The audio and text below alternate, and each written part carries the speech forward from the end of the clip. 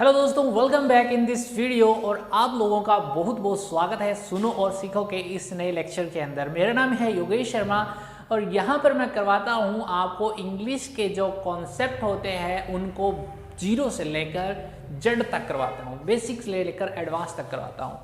आज आपके लिए मैं कुछ चुनिंदा कॉन्सेप्ट्स लेके आया हूँ जिन्हें सीखकर आप आसानी से अपने एग्ज़ाम में बहुत अच्छा स्कोर कर सकते हो।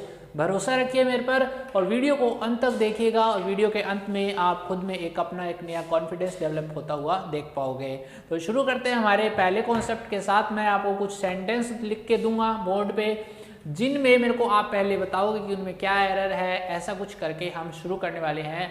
एक रिक्वेस्ट कि अगर आप हमारे चैनल पर नए आए हैं या फिर अभी चैनल पर वीडियोस देख रहे हैं तो प्लीज़ चैनल को सब्सक्राइब कर दीजिए अगर नहीं किया तो, और बेल आइकन को प्रेस कर दीजिए। तब भी मैं वीडियो लेके आऊँ, जब भी मैं वीडियो नहीं लेके आऊँ तो नोटिफिकेशन आपको मिल जाए। और वीडियो अच्छी लगे तो अपने दोस्तों के साथ ज़्यादा से ज़्यादा शेयर करें। आपको कुछ मैं ऐसे सेंटेंस बताने वाला हूँ और आपसे ही कुछ सेंटेंस मैं पूछने वाला हूँ जिसमें आप मेरे को कुछ एरर आ रहे हैं वो मेरे को आप बताओगे और उसके बाद मैं आपको उससे जुड़ा हुआ एक कॉन्सेप्ट बताऊंगा जो कि आपको अपने एग्जाम में स्कोर करने में बहुत ज़्यादा मदद करेगा। अब देखिए, मैंने एक बिल्कुल बेसिक सा छोटा सा एग्जांपल लिया है जिसमें वोकैबुलरी भी आपको आती होगी और आपको सेंटेंस भी समझ में आ जाएगा। देखो कैसे।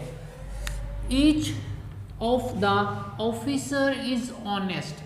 सबसे पहले तो इसकी पार्सिंग करते हैं। पार्सिंग मैंने आपको सिखाया था एक वीडियो में, नेक्स्ट वीडियो पार्सिंग पे होने वाली है। देखो, अब ईच का हमें नहीं पता, ऑफ क्या होता है, एक प्रीपोजिशन होती है, ठीक है, और उसके बाद दैट क्या होता है, एक आर्टिकल होता है। बस ऐसे करते जाओ। ऑफिसर्स क्या हो गया, ऑफिसर क्या हो गया, आर्टिकल के बाद एक क्या आता है, एक नाउन आता है। तो ऑफिसर हमारा क्या हुआ, एक नाउन। इज हमारी क्या होगी, बी फॉर्म हो गई। अब बी फॉर्म कौन कौन सी होती है, आप दिमाग में रखना। Is, am, are, was, were, being और बी, ये सारी की सारी बी फॉर्म होती है और ये अपने बाद हमेशा आईएनजी, एडजेक्टिव और भी कुछ नहीं लेती है, ठीक है। बी फॉर्म के बाद आप हमेशा ही आईएनजी फॉर्म वाली वर्ब देखोगे या फिर एक एडजेक्टिव आप देखोगे, ठीक है। तो कुछ ऐसा ही यहाँ पर है। अब ये क्या है, इज क्या है, एक बी फॉर्म है और इसके बाद क्या हुआ, ये एक ऑनेस्ट क्या होता है, एक एडजेक्टिव होता है। आई बात समझ में। तो अब इसमें एरर देखते हैं, ठीक है। अब तीनों में से आप मुझे एरर निकाल के बताओ कौन सा सेंटेंस गलत है। ये पहला, ये दूसरा और ये तीसरा, तीनों में से जो भी सेंटेंस गलत है उसको सही करके आप मेरे को कमेंट करोगे, ठीक है। अब मैं वीडियो को रोक के इसका एरर निकाल लो, तब तक मैं इसका एरर निकाल।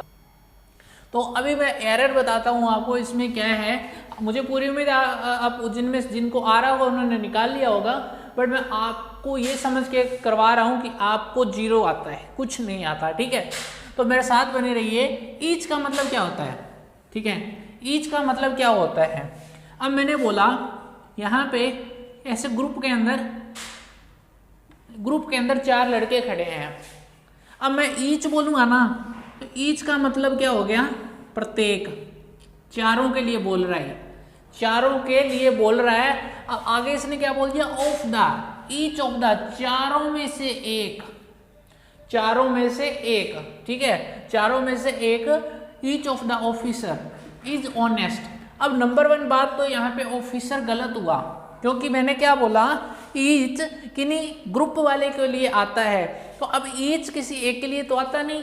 अब एक आदमी खड़ा है, मेरे में क्या ईच निकालोगे भाई, हम 2 खड़े होंगे तभी आप दोनों में से एक की बात करोगे, मेरे एक में से तो मेरी ही बात करोगे ना, ईच का सवाल ही नहीं उठता। तो ऑफिसर नहीं आएगा। आई बात यहाँ समझ। तो ये पहला तो हमारा गलत हो गया, ठीक है। इज सही है यहाँ पे और इज के बाद एक एडजेक्टिव है, बिल्कुल सही है, बट ये ऑफिसर की वजह से गलत हो गया। चलो दूसरा देखते हैं। Each of the officer are honest. अब देखो, प्रत्येक की बात कर रहा है, कोई एक की बात कर रहा है, चारों में से एक की बात कर रहा है, चारों में से एक की बात कर रहा है, इसके मतलब एक बंदा मतलब सिंगुलर। और सिंगुलर के लिए यहाँ पे वर्ब प्लूरल कैसे आ सकती है, नहीं आ सकती। अब आप बोलोगे आर कैसे आया, देखो कैसे मैंने डिफाइन किया इस चीज को। मैंने बोला ईच ऑफ द ऑफिसर। अब नंबर 1 पे देखो ऑफिसर्स आना था, ठीक है, वो भी गलत हो गया। और आर कैसे गलत हुआ? ईच के साथ हमेशा ही वर्ब सिंगुलर आती है। तो देखो ईच के बाद आर इसीलिए गलत हुआ क्योंकि मैंने यहाँ पे सिर्फ एक व्यक्ति की बात की और यहाँ पे ईज आना चाहिए, यहाँ फिर सिंगुलर वर्ब आनी चाहिए, ठीक है। तो ऑनेस्ट हमारा सही है, ये दोनों वर्ड हमारे गलत हो गए। अब तीसरा सेंटेंस देखो, each of the officers is honest.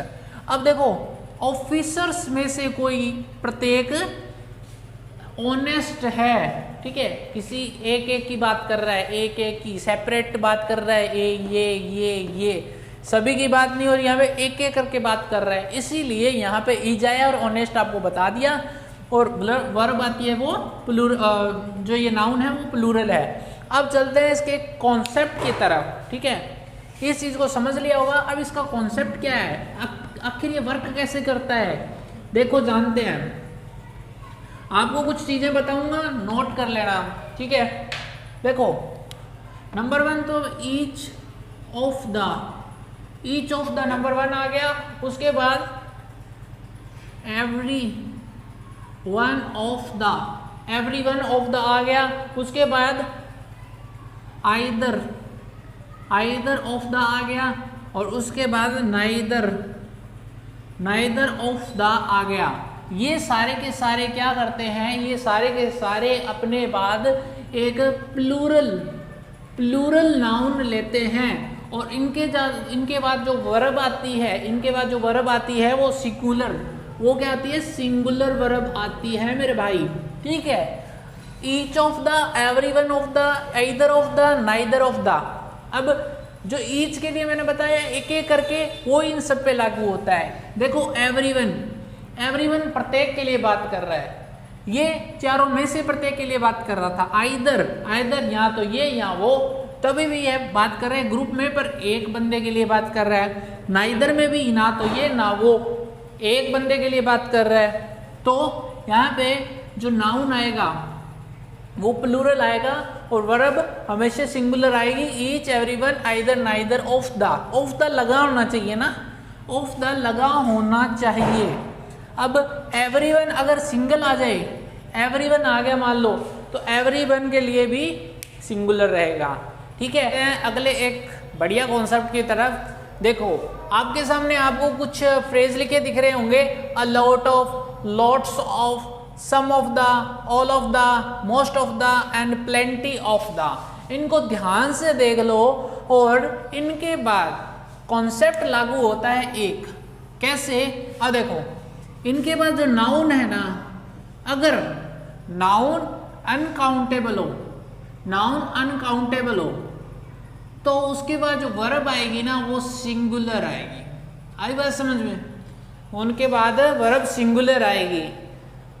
ये सभी जहां पे भी दिख जाए, ऑफ के बाद या फिर द के बाद जो नाउन आए वो अगर अनकाउंटेबल हो, अनकाउंटेबल कौन से होते हैं, जैसे मिल्क हो गया, ठीक है, वाटर हो गया, गोल्ड हो गया, या जो भी चीज जिनको आप गिन ना सको, जैसे हेयर आ गया सॉरी, तो ऐसी चीजें जिनको गिनना नामुमकिन हो तो उन्हें बोलते हैं अनकाउंटेबल, ठीक है। उनके बाद हमेशा ही सिंगुलर वर्ब ही आएगी अगर नाउन अनकाउंटेबल आता है इन वर्ड्स, इन फ्रेज के बाद, ठीक है। अब अगर आए नाउन कौन सा, काउंटेबल। अब काउंटेबल में दो नाउन होते हैं, सिंगुलर और प्लूरल, तो यहाँ पे प्लूरल नाउन आएगा। कौन सा आएगा, प्लूरल नाउन, और वर्ब कौन सी आएगी, वर्ब भी प्लूरल आएगी। समझ गए इस बात को?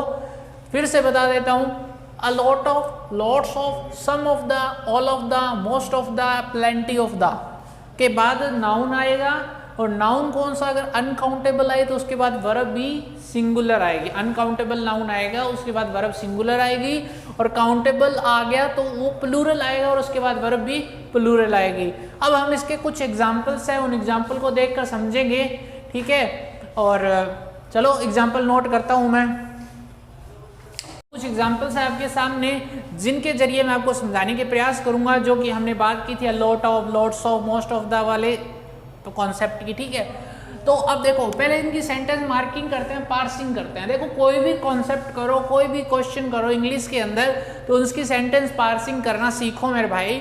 अगर सेंटेंस पार्सिंग नहीं आती तो मेरी एक वीडियो देख सकते हो सेंटेंस पार्सिंग के नाम से, उसमें मैंने अच्छे से समझाया है, और हमारी सेंटेंस पार्सिंग पे वीडियोज आती रहती है, ठीक है। तो देखो इसके बाद जो अ लॉट ऑफ है ना, देखो अ लॉट ऑफ, अब ए का हमें पता है आर्टिकल है, क्या है आर्टिकल, ठीक है। लॉट का चलो छोड़ो, नहीं पता आपको, मैं बता देता हूँ लॉट क्या है। लॉट एक नाउन होता है, ठीक है, ठीक है।